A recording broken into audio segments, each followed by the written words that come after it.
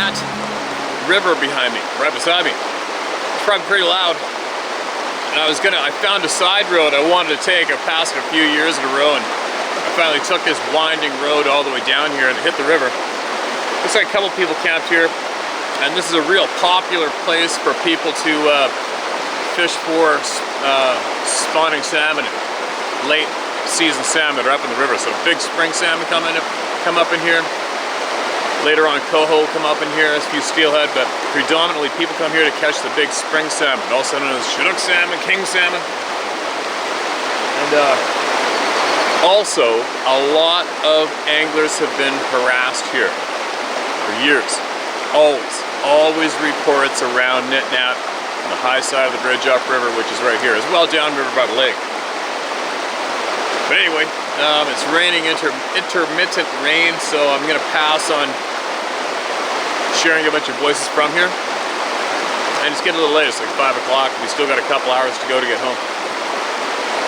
But I thought I'd come and take a drive down this road and see this piece of river.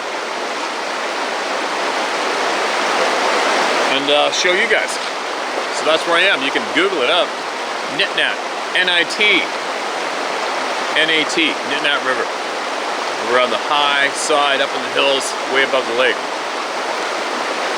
And this is a hot spot for people to get harassed.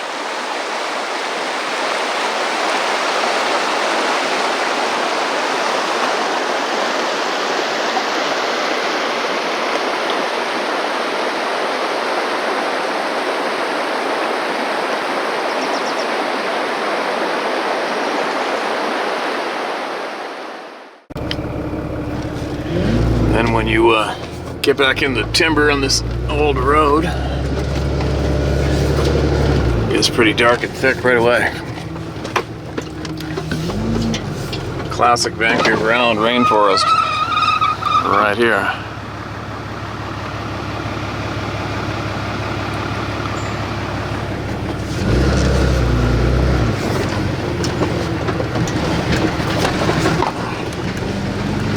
I don't know why this road was originally here.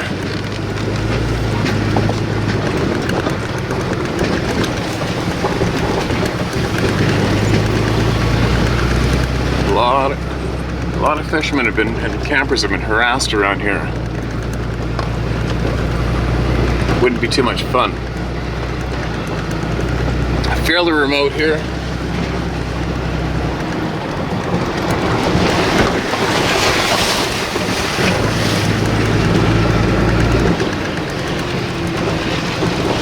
What do you think? Do you want to go camping here? No. Why not? It's too scary. What? Too scary. Too scary?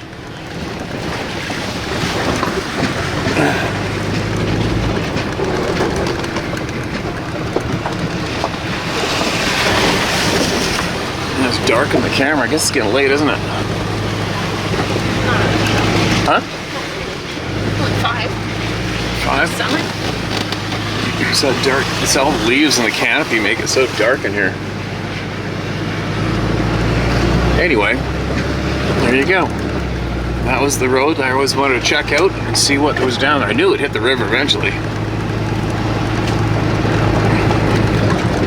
Get some other old ones like this. Who knows where that goes? I guess it must go hit the river somewhere else too, eh? I'm guessing.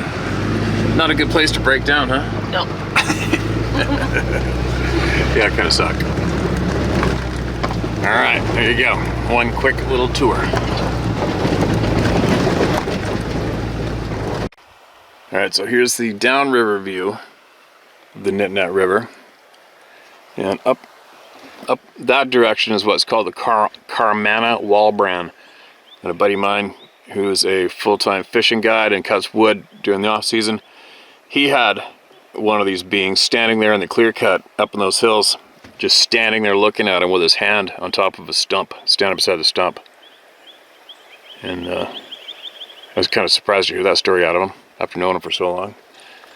But anyway, this is the looking downriver, the Nitnat River. And this is where people get harassed quite often. All around here.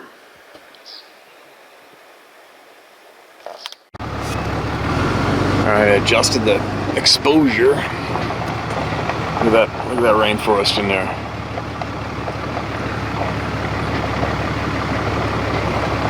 I decided to take this gravel road down beside the river and see where it went. Maybe I'll do some shares here. We'll see.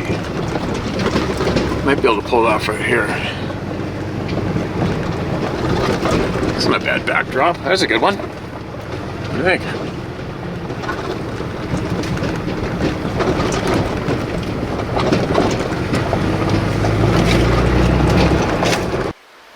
Sarah reminded me that we're not really in panic to get home and encouraged me to stop for a minute. So I'll share one, but it's starting to rain.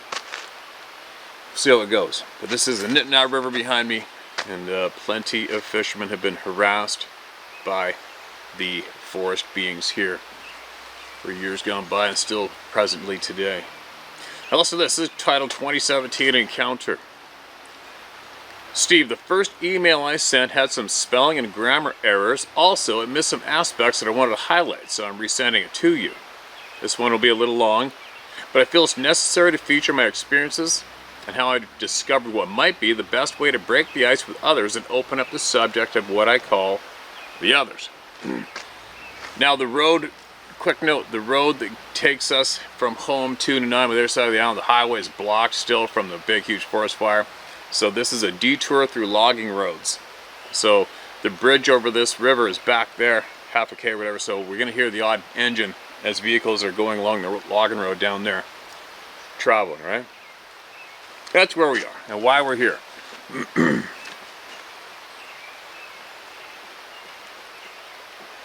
Among these phenomena, I've experienced a white, black-eyed thing, Sasquatch, and amber orbs. I'll do my best to recall where all these occurrences happened. Let's start with my dad.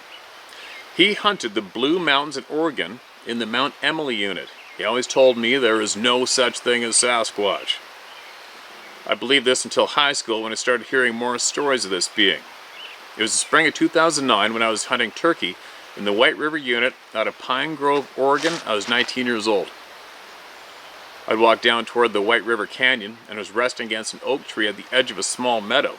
It was around noon. The weather was beautiful with birds and squirrels actively making noise. West of my position up the canyon, I heard a loud, guttural scream. The woods were silent. I did my best to look at the edge of the meadow to see what that was, but I could not see it. I chose to walk quickly back up the hill to camp. The woods remained quiet for another 30 minutes. I count this as my first experience. I knew at that point there was something else sharing the woods we did not know about. 2013, I was hunting turkey in the spring with my buddies Doug and Alan. We had committed to backpack up to the top of this knob to find unpressured birds. We managed 1.5 miles until we made camp at the edge of a ranch's land.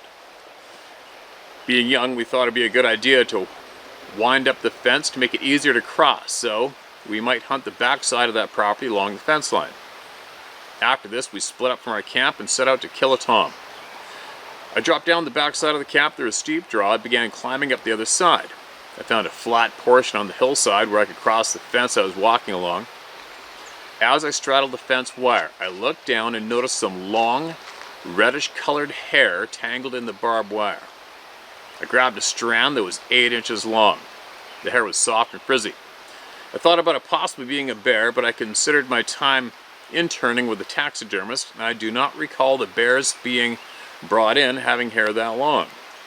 Then, I thought about the scream from 2009, and I thought, it's a Sasquatch.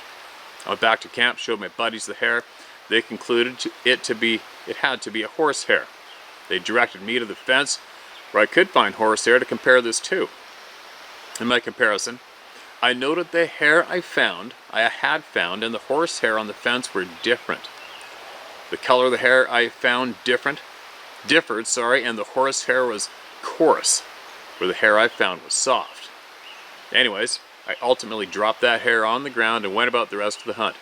But this hunt was going to get real scary. That night after finding the hair, my buddy Doug and I relaxed by the fire and drank some booze. We were having a good time, and Doug started going off about that hair I found. He said, "You think the Sasquatch exists? Why don't we have more evidence?" He then proceeded to stand up and yell at the top of his lungs into the forest, "There is no such thing as Sasquatch. If there's a Sasquatch here, show yourself." He screamed this into the darkness when the fence we had wound up suddenly started unwinding about 50 feet in front of Doug. He ran to Alan and they cowered by the fire. I stood up full of booze and yelled, "Get the F out of here!" I stood my ground and got big. The woods got quiet, and I returned to the fire to drink some more. Doug and Alan tried to find whatever it was that unwound the fence using a flashlight, but nothing was seen. To this day, Doug and Alan will tell you that the fence just unwound itself, but I still find it strange that it happened right as Doug was challenging a Sasquatch. In 2017, it was late summer in the Hepner unit. My buddy Luke and I were hunting elk with our bows off the 2107 road by Penland Lake. Penland Lake, P-E-N-L-A-N-D, Lake. This hunt and the hunts that followed have led me to call these woods the Black Forest of Oregon. Luke and I backpacked in 1.5 miles up the gated 2107 road. We found a spot right off the gravel to set up camp. That night we slept in hammocks. It was the first night we heard a tree fall about 100 yards up the hill from us. I've been in the woods since the age of 4, and I've never heard a tree fall naturally. I didn't think much of it. However, I definitely thought something was fishy when the next day we had another tree fall some 80 yards from us while we were scaling the hill on the other side of the road from camp. And I became even more suspicious when 2 more trees fell around camp the second night. Yeah, it's a bit of a red flag. I spent that weekend looking for an abundance of diseased or damaged trees, but they all looked healthy and normal. 2017, 2 weeks later.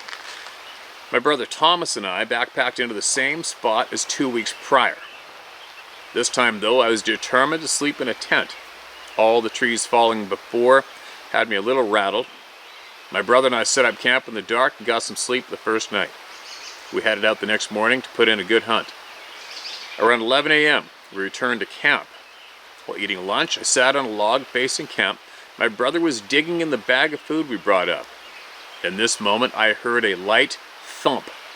I turned to my right, and I saw something moving quickly and not making any noise. No matter how hard I tried, I could not get it in my vision.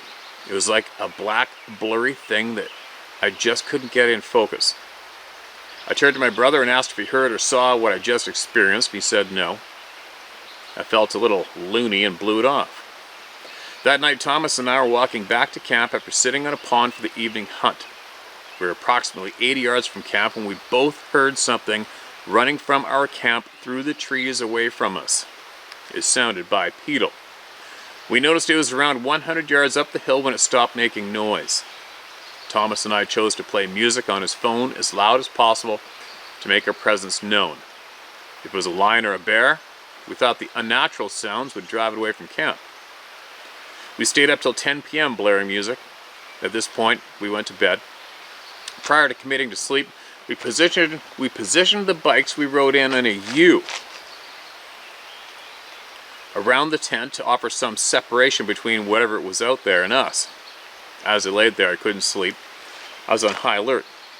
All we had was one .45 pistol between the two of us.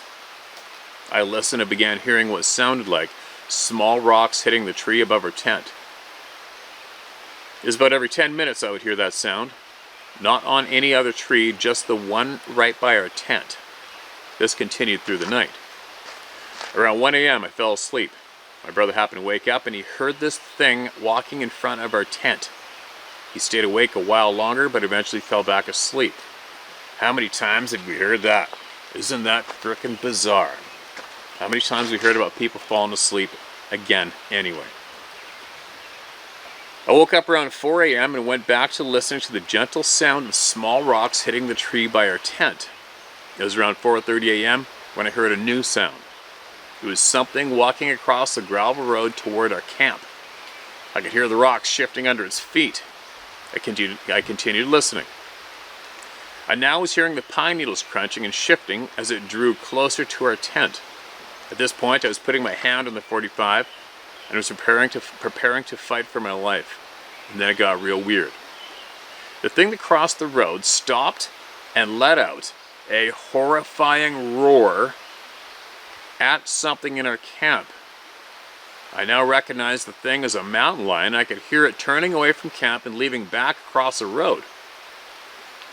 By the time I heard the lion on the gravel, I could hear a new series of sounds from the right side of the tent some 10 yards away. How you heard a mountain lion walking and identifying that as a mountain lion is beyond me. It was the sounds of wood breaking and limbs cracking. This went on for about a minute. I didn't hear any growls or grunts, just wood breaking and splintering. Everything got quiet, and 20 minutes or so passed. Then I heard the small rock start hitting the tree again. My brother and I woke up around 6 a.m. and remained in the tent until 8 a.m. We were waiting for the sun to be high in the sky before we stepped out to assess the scene.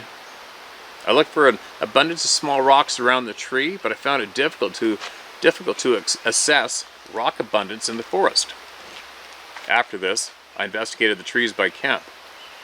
I was just beginning to study the limbs when my brother yelled at me to come over and see what he found. In the needles were 3 tracks, approximately 8 feet from the door of the tent. The last track in the series was a size 13 print with obvious toe impressions. I took a picture and instructed my brother to pack up. We're getting out of here. We left, but it wasn't my last time hunting elk in there. 2 weeks later, Luke and I were back out in the Hepner unit chasing elk around the 2107 road. After the events of 2 weeks prior, I told Luke we were going to camp near Ditch Creek Ranger Station off the main road. We did several hunts into that area and saw lots of elk, but it wasn't until the last evening of the trip that we stumbled into more Sasquatch activity. We hiked west of camp till we hit a fence line that led to a wallow. We hunted this area all day until it was dusky. We walked from here back to camp. We're using a horse trail that skirted a meadow to navigate our way back.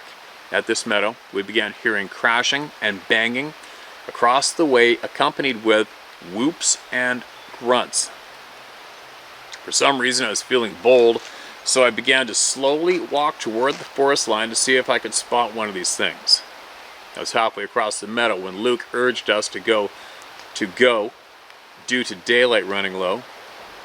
I was persuaded to follow his lead and stop pushing in on these unknown sounds. We made it back to camp. That concluded our 2017 archery season. Now I knew there was Sasquatch in those woods.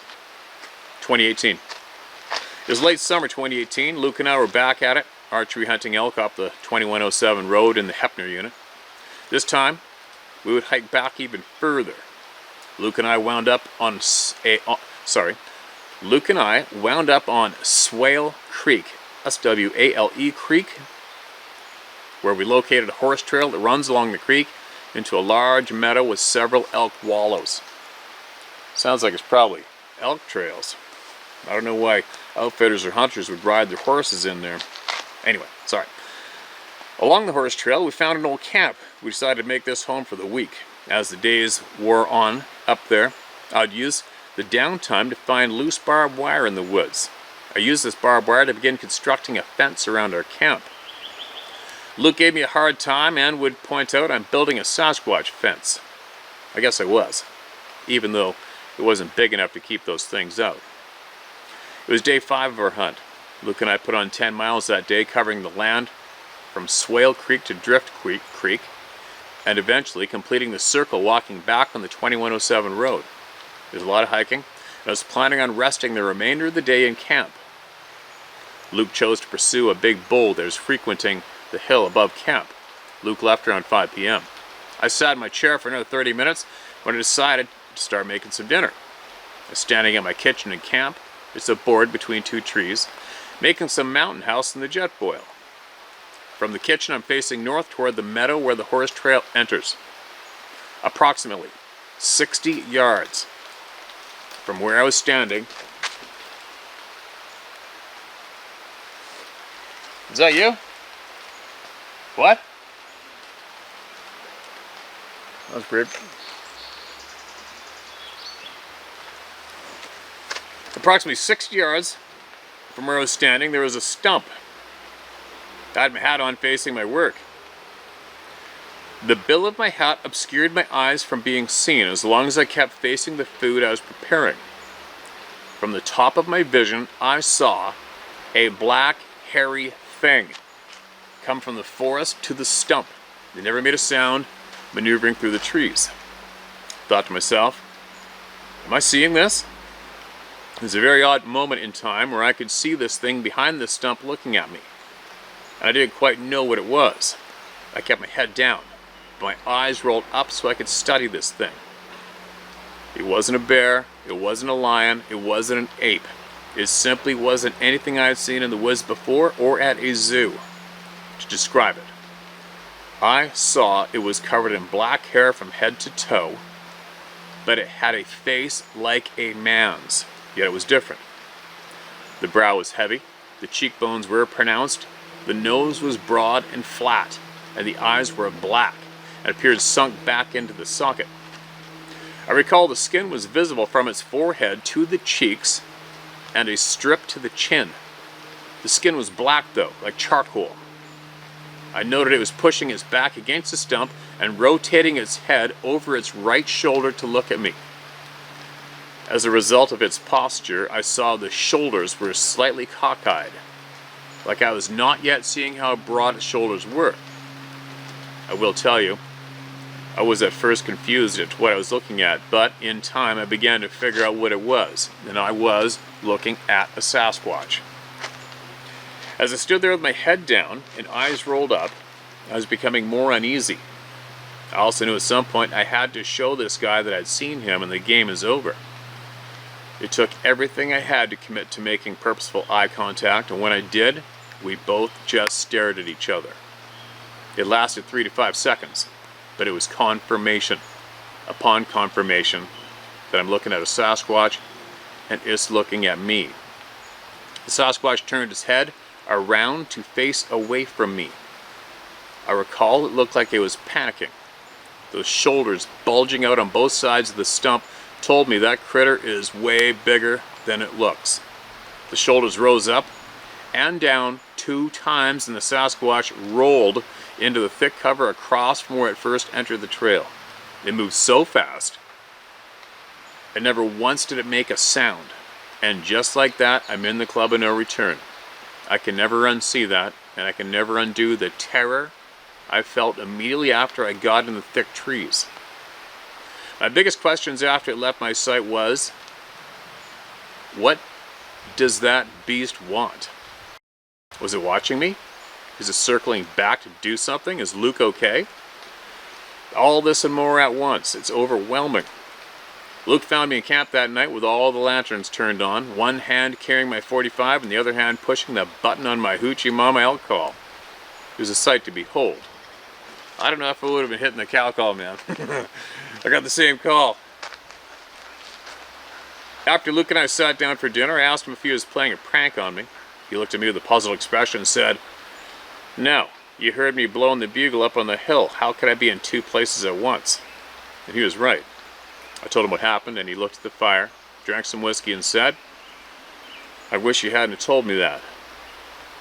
From his experience, I believe the Sasquatch I saw, from this experience, I believe the Sasquatch I saw was a juvenile.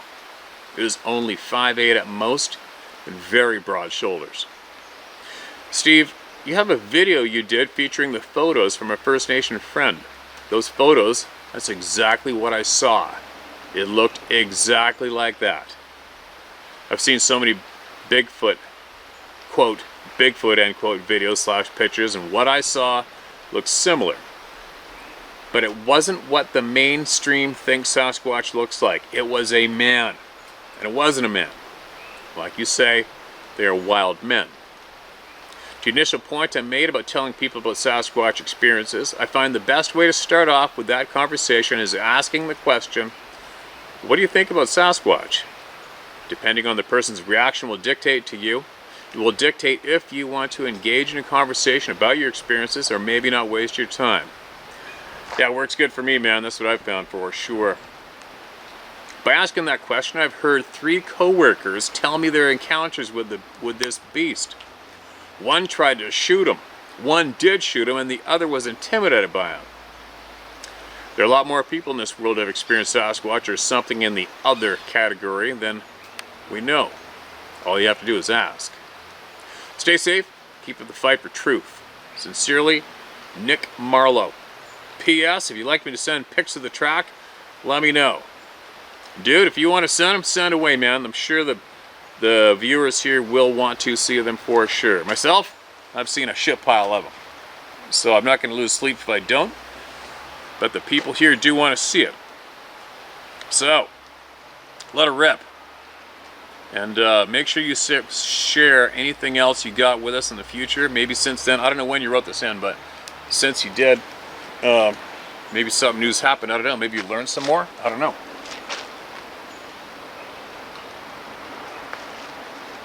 But now while I'm in front of under the camera, my friend of mine, the fishing guide, he said that thing was standing, that he saw up in those hills, he was deer hunting. It was in the fall, and it was standing in the middle of a clear cut, and it had his hand up on a stump, just like that in front of him. He said he was standing behind the stump, looking over the stump at him with his hand on top of it, just in the clear cut like that. Like, no way. And he said it was dark brim.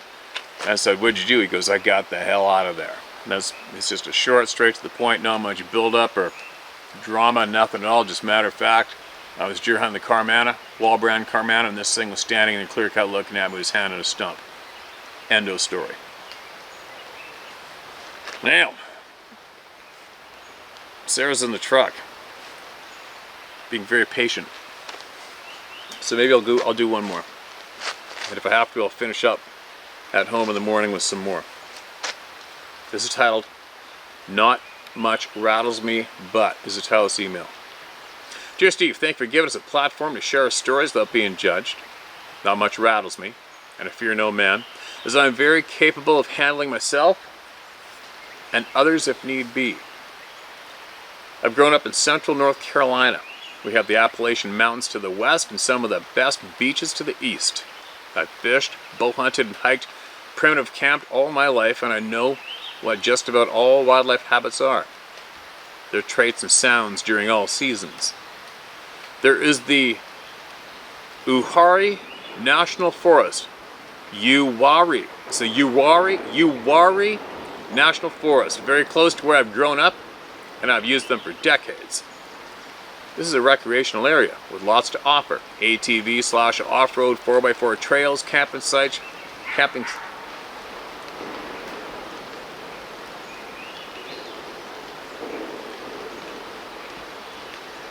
That's different.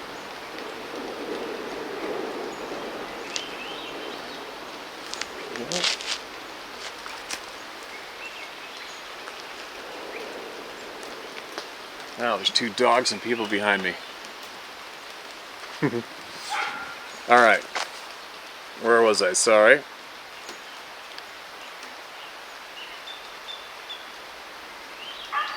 This is a recreational area with lots to offer.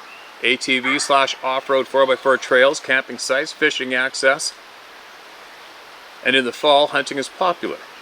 The Yadkin River runs through it with multiple dams forming many reservoirs that each are very diverse. At the time, there were only very little trickles of Sasquatch sightings in this area, and I just thought they were BS to bring in business to the local outpost. In the early fall of 2006, I went to another lake and cast netted blueback herring and large threadfin shad into my 30-gallon bait tank. I then left and went to my favorite lake, Falls Reservoir, to set up for the night, as I usually fish until the late morning hours. I got to the ramp area and no one else was there. I launched and went upstream towards the dam. It was a cool night with no cloud cover, with a little over half moon. I anchored up below the dam at the end of a long channel that is about 7 to 8 feet deep until dropping off into the deeper water. Facing the dam with the moonlight in a center console boat. I didn't need much light to set up and do my thing. I had about 60 feet of anchor into the shallow channel from the bow, and another drop anchor straight down, running 6 different rod setups off the rear fishing for striped bass and catfish. At about 11:30 p.m., I heard from the starboard side up the hill about 60 yards away the loudest screaming sound I have ever heard. I'm thinking, what the hell was that? And then a very large rock went into the water just ahead of me. Then another rock about a minute later. 3-4 minutes went by, then the same screaming noise was heard again, but this time I think it was within 30 feet of me, again on the starboard side. Then I started to get nervous. With the moonlight and the lights from the dam ahead of me, I could see the channel very well. I shit you not, then I saw a large-shouldered, no-neck, conical head creature crossing the channel just upstream of where my anchor was. Remember, it's 7-8 feet deep here, so I estimate what I saw to be 8 to 9 feet tall. I pulled out my million candle power spotlight, and that POS didn't work. Go figure. I then got a reverberating growl sent towards me from the port side, and I realized that shit was about to get real.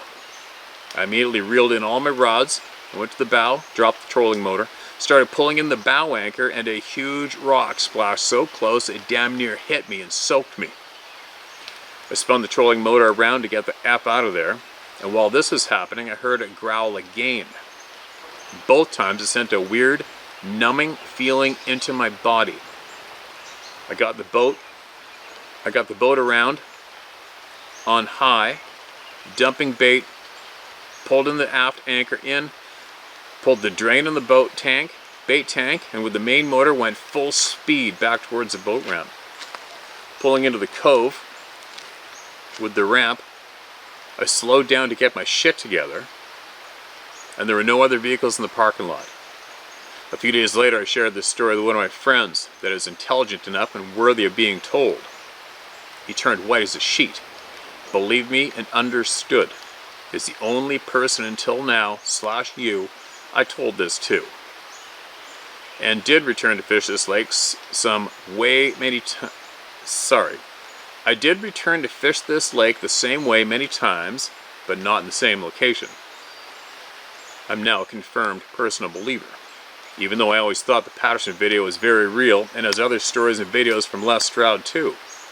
Recently you read a story from the same area where a guy went on a guided expedition to find such creatures, and this is a recent sighting as well. He went on about how he thought he had been shadowed by one, and when he told the guide about it and showed the prints, the guide blew him off. I remember that story. Well, I personally know of this so-called guide. I can tell you he is a major pile of shit that'll do anything for a buck. He's had many local businesses in the area fail due to him being a total pussy and fraud. One of those guys you want to take behind the barn. The last part, my wife's father is a farmer his whole life, not far from where these sightings have come from, just a little more to the south/east. He grew soybeans, feed corn, and cotton on a little over 1,100 acres. The property backs up to the National Wildlife Refuge. The area has its share of feral hogs and massive wild white-tailed deer. After the crops are in, we lease the land to a hunt club consisting of lawyers and doctors that have penthouse-style blinds next to the refuge area for the fall/winter hunting season. I too have rights to hunt there and can bring a friend, but not near where the lease area is. I only bow hunt, and our state regulations do not allow you to carry a firearm during the season. The second morning of bow season, I climb into my stand about 15 feet off the ground just before first light. I don't see much, but after about an hour, I shit you not, a cougar, puma, mountain lion, whatever they are called, walks from behind me from the woods, walks parallel to the field directly under my stand. With no gun, only a bow, I sit scared out of my mind. He or she does not notice or look up at me, and I stood hardly any chance of being able to take him or her out. Thank God it kept going and proceeds down the edge of the woodline for about 70 to 100 yards.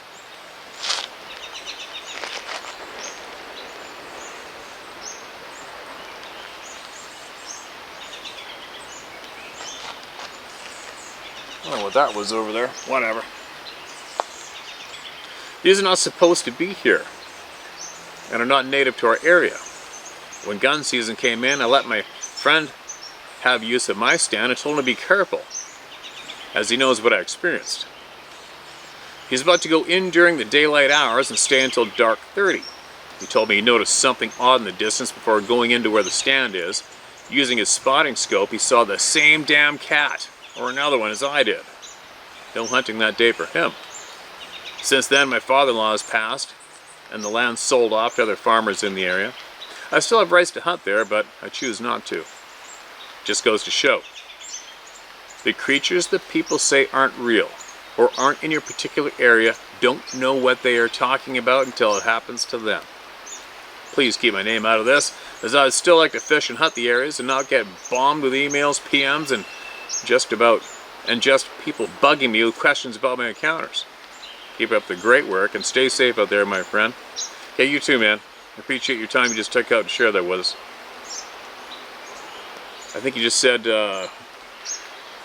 you shared this with your friend and us only.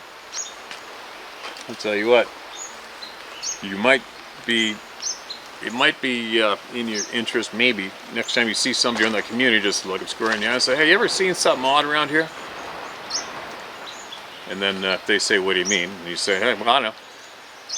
Something weird? Ever seen or heard anything weird around here? Like something that's like really frickin' bizarre?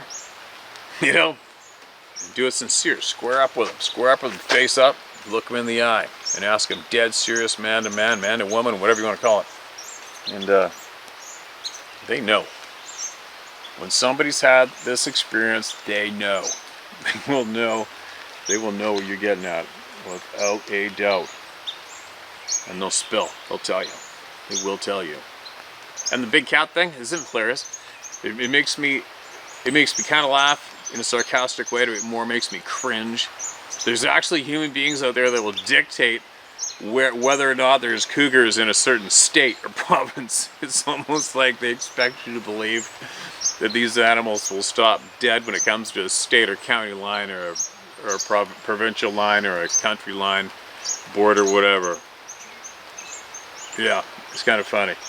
Very funny. Amusing. Sad in a way, because usually most of the time these people who work for the government in the Department of Fish and Game, unfortunately, are the ones that also take part in making rules. Meanwhile, they're usually about as smart as a frickin' pickle. And the people that are that work for the Ministry of Environment, you know what I'm talking about, here in British Columbia especially. Anyway, I better get going. Sarah's been real patient sitting in the truck. I'm leaning on the front of it. And we've got about 2 hours left of logging road travel to get back home. We'll see how it goes. Maybe I might even tack on a few more emails in the morning onto this video before I let it rip. And that's it. But anyways, I shared the Nitnat River with all the people who've never been here. You can look it up, Nitnat River on Vancouver Island. And believe me, the whole length of this waterway, including the lake, is a frickin' hot spot for activity. Big time.